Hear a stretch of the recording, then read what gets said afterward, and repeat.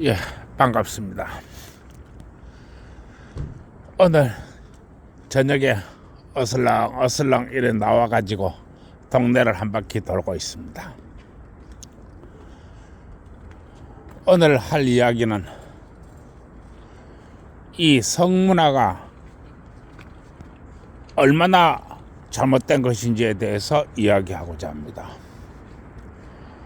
오늘 이야기하는 것은 국가가 성문화에 관여하면 어떻게 되는지를 이야기하고자 합니다. 여러분, 국가가 개입할 일이 있고 안 할 일이 있습니다. 또 국가가 최소한의 개입을 해야 될 일이 있고 최대한의 개입을 해야 될 일이 있습니다. 국가가 모든 것을 다 하려고 한다고 하는 것은 대단히 잘못된 것입니다. 그러면 국가의 성문화라고 하는 것은 국가가 최소한의 개입을 해야 되는 것입니다. 최대한의 개입을 하는 것이 아닙니다. 아마 이런 문제는 성문화뿐만 아니라 다양하게 문제가 있을 수 있습니다. 그러나 이 남녀의 성을 국가가 통제를 한다고 하는 것은 대단히 위험한 발상이라고 하는 것입니다. 더군다나 남녀의 성을 국가의 특정 집단이 장악을 하고 돈벌이 수단을 위해서 삼는다고 하는 것은 정말 끔찍할 만큼 중대한 범죄 행위입니다. 여러분, 나이 이야기를 듣는 여러분, 사람이 3대 욕구가 뭔지 아십니까? 식욕, 성욕, 수면욕입니다. 나는 항상 이야기합니다. 그런데 성욕을 국가가 통제를 하고 국가가 장악을 하겠다. 이것은 정말 대단히 위험하고 너무나 위험한 발상입니다.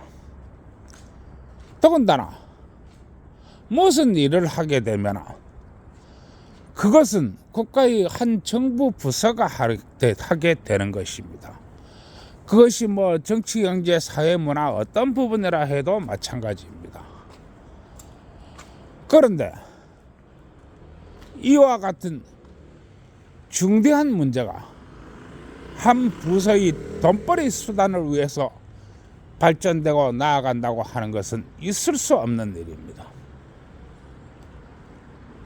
여러분, 성인지 감수성이라고 있습니다. 성인지 감수성. 아마 여러분들은 많이 들어봤을 것입니다. 그런데 성인지 감수성이라는 것을 다른 각도로 생각해 보아야 됩니다. 세상에 수많은 인지 감수성이 있습니다. 그런데 왜 성인지 감수성이 그토록 중요해져야 되는 것입니까? 고려시대 때 성인지 감수성이 있었나요? 그러면 조선시대 때 성인지 감수성이 있었나요? 외정시대 때 성인지 감수성이 있었나요? 그런데 왜 최근에 불과 한 10년, 20년 이 사이에 성인지 감수성이라는 해괴한 용어가 생겨나야 했죠? 여러분, 절도인지 감수성, 이거 어떻습니까? 절도인지 감수성 말입니다. 폭력인지 감수성, 이건 어떻습니까? 폭력인지 감수성 말입니다. 마약인지 감수성, 이건 어떻습니까? 그러면 사기인지 감수성, 이건 어떻습니까?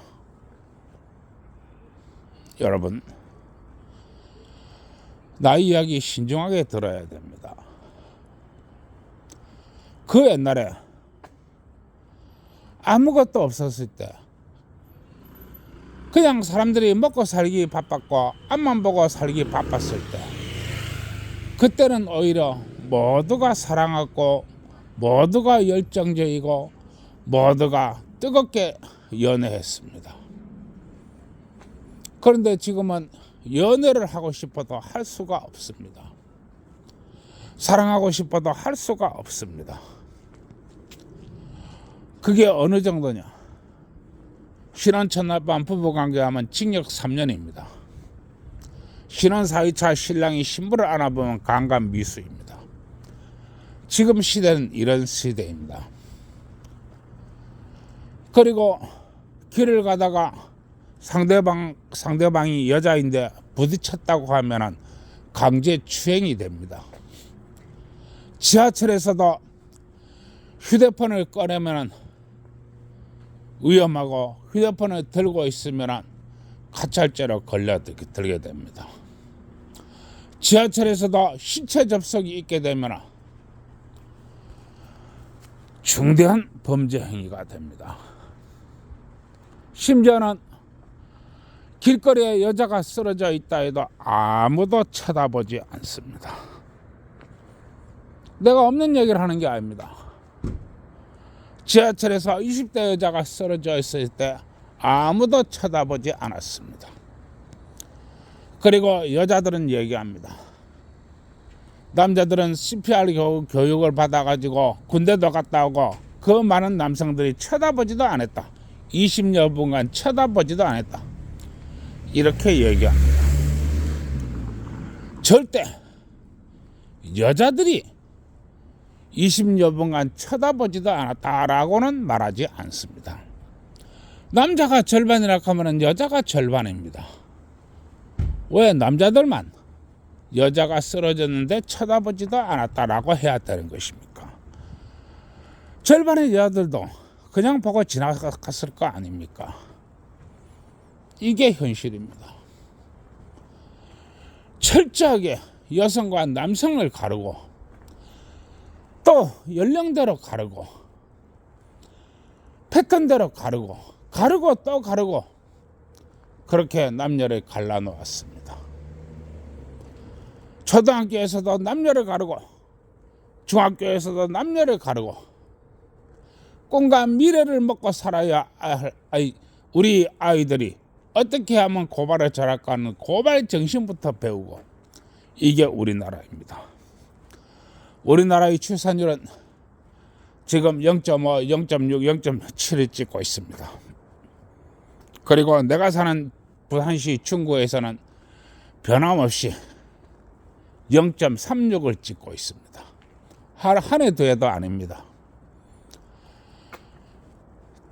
이놈이 부산시 중구에서는 남녀가 단합을 해도 나오지 않는 수치가 계속적으로 나오고 있습니다. 이게 우리 현실입니다. 그러면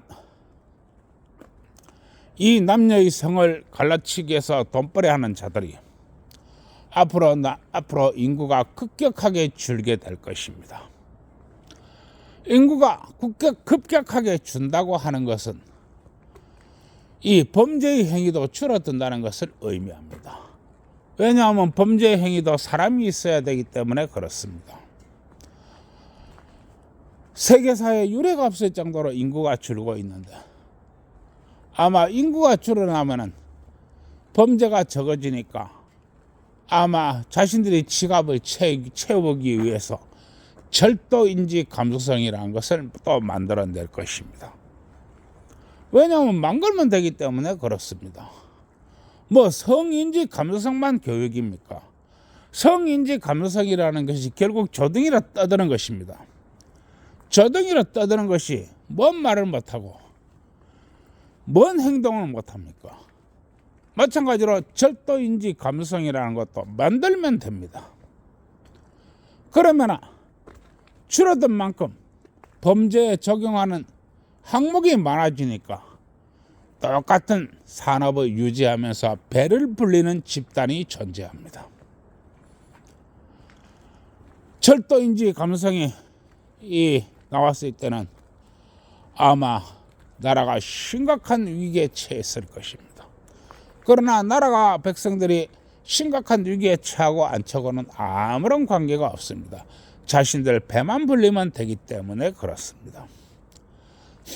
그리고 인구가 줄다 또 줍니다. 그러면 폭력인지 감성이라고 해서 만들면 됩니다. 폭력인지 감성. 네가 앞에 가는 여자의 뒤에 100m 안쪽에서 따라갔으니까 네가 폭력을 휘둘리고 마음으로 네가 따라간 거 아니냐. 이렇게 범죄 행위를 만들면 됩니다. 그러면서 말합니다. 억울해? 억울하면 가서 무죄 받아. 무죄 받으면 아무 일 없잖아. 그러니까 가서 무죄 받아. 이렇게 얘기합니다. 아니라고 하지 마십시오. 아니라고 하지 마십시오. 맹글면 됩니다. 성인지 감성이란 회귀하는 것이 지금 우리 사회를 휩쓸고 있습니다. 그리고 길가에서 남녀가 부딪히면 추행이 됩니다. 지하철에서 휴대폰 들고 휴대폰 내용을 검색하다가는 가찰죄로 걸립니다. 뭘 어떻게 해야 되는 것입니까? 이러한 상황에서 뜨겁게 사랑하고 연애할 수 있습니까? 어떻게 남녀가 만날 수 있나요? 어떻게 결혼을 할 수 있나요? 결혼을 하면 신혼 첫날밤 부부관계하면 신랑이 신부를 강간한 사람이 됩니다. 신혼 4일차에 신랑이 신부를 안 하면 강간 미수가 되는 나라입니다. 이렇게 해야 돈벌이가 되는 집단이 존재한다는 것입니다. 돈벌이 말입니다. 돈 앞에서는 애배미도 없는 것입니다. 그런데 정의와 진실을 논해요. 그런 것만큼 우스운 게 있을까요? 내가 이야기하는 것입니다. 문화에도 소프트웨어가 하드웨어가 있습니다. 문화에도 말입니다. 오히려 작금이 성문화는 정말로 발달되어야 하는 것입니다. 정말로 발달되어야 하는 것입니다. 왜냐하면 옛날에는 여성들이 피임이 위험성에 많이 노출되어 있었습니다. 그러나 지금은 여성들이 피임의 위험에 노출되어 있는 것이 아닙니다. 그러면은 이 남녀 간의 성문화는 더 현란하고 더 뜨겁게 발전되어야 하는 것이 맞는 것입니다.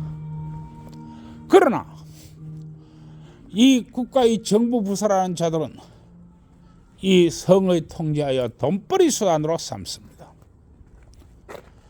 그리고 어떻게 하든지 이 남녀의 성문화를 왜곡시키려 합니다. 그래야 돈이 되는 것입니다. 이 나의 이야기를 듣는 많은 분들 한 번쯤 생각해 보았으면 합니다.